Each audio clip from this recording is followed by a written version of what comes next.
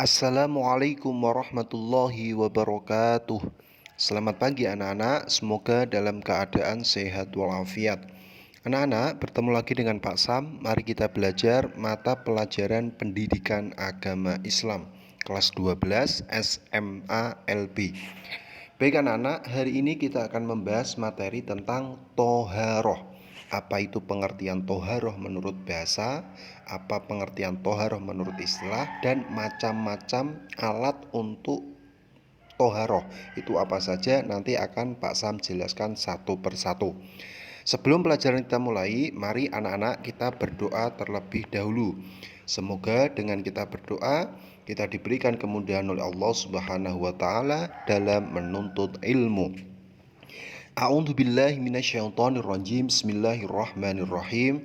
Raditu billahi rabba wa bil islami dina wa bi Muhammadin nabiyya wa rasula. Rabbi zidni ilma warzuqni fahma. Amin amin amin ya rabbal alamin. Baik anak-anak, disiapkan pulpoinnya dan buku agamanya. Pak Sam akan menjelaskan materi pada pertemuan hari ini. Pengertian toharoh. Menurut bahasa, toharoh artinya bersih. Jadi, kalau anak-anak ada soal, apa pengertian toharoh menurut bahasa? Jawabannya bersih. Dalam bahasa Arab, toharoh biasa dikenal dengan kata tohuro, tuhron, dan toharotan. Artinya suci dari kotoran atau najis. Jadi toharoh menurut bahasa bisa diartikan bersih, bisa diartikan suci. Jadi ada dua, antara bersih dan suci. Suci dari apa? Bersih dari apa? Dari kotoran dan najis. Itu pengertian toharoh menurut bahasa anak-anak. Yang kedua, menurut istilah adalah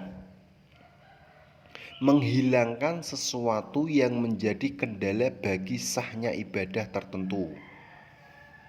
Jadi ketika anak-anak mau beribadah, mau membaca Quran, mau sholat, itu harus dalam keadaan suci.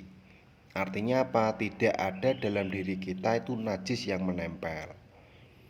Entah itu najis berbentuk kotoran yang menempel di pakaian atau najis pada diri kita. Semisal kalau kita mau sholat, mau wudhu, kalau kita dalam keadaan batal wudhu, contohnya kentut, itu kan kita berarti tidak suci. Maka kita dianjurkan untuk toharoh dulu, untuk berwudhu dulu, untuk bersuci dulu. Maka hal-hal seperti ini sangat penting anak-anak. Jadi anak-anak kita belajar tentang pengertian toharoh menurut bahasa dan belajar pengertian toharoh menurut istilah. Jadi kalau anak-anak ditanya toharoh menurut bahasa artinya, jawab saja bersih atau suci.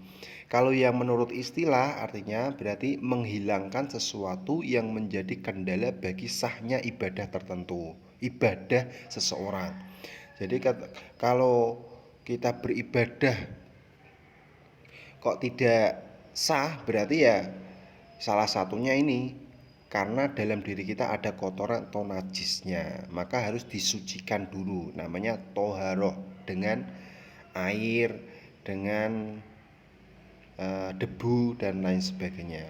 Nah, ini ada beberapa alat untuk bersuci anak-anak. Apa saja alatnya? Yang pertama, kalau kita ingin bersuci, yang pertama ada air. Kalau tidak ada air, baru yang kedua dengan tanah atau debu bisa. Yang keempat, yang ketiga dengan batu atau benda padat yang dapat menyerap kotoran. Saya jelaskan anak-anak. Satu, air. Kalau kita wudhu, kita mandi, itu kan menggunakan air. Terus Pak Sam, kalau kita wudhu tapi airnya tidak ada, maka boleh wudhu menggunakan tanah atau debu yang bersih. Yang ketiga ini batu dan benda padat yang dapat menyerap kotoran. Ini semisal anak-anak di hutan atau di mana saja mau cari air tidak ada.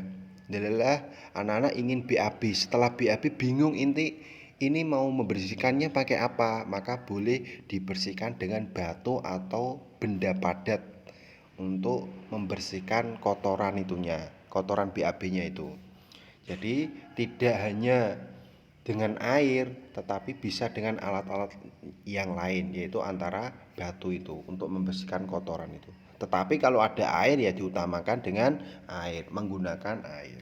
Ini terkecuali apabila sudah tidak ada air, maka boleh menggunakan alat yang lainnya.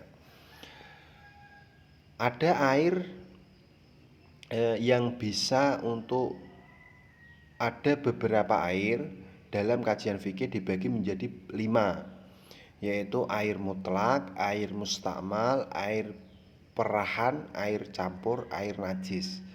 Jadi ada air, tidak semua air untuk bersuci anak-anak. Jadi ada air yang boleh bersuci, ada air yang tidak bersuci, ada yang tidak boleh untuk bersuci. Kalau air tapi kotor ya tidak boleh. Intinya kalau air itu bersih, suci, maka boleh untuk membersihkan kotoran.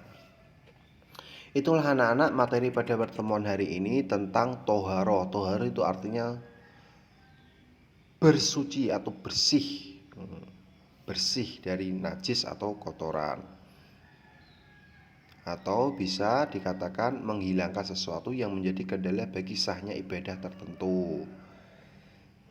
Anak-anak, cukup sekian pada pertemuan hari ini. Semoga bisa dipahami dan bermanfaat bagi anak-anak semua. Yang penting anak-anak tulis di buku agama anak-anak tentang materi pada pertemuan hari ini tentang toharoh.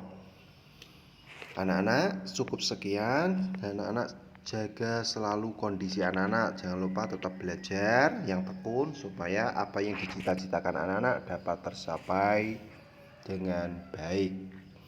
Pak Sam akhiri dengan membaca doa sesudah belajar.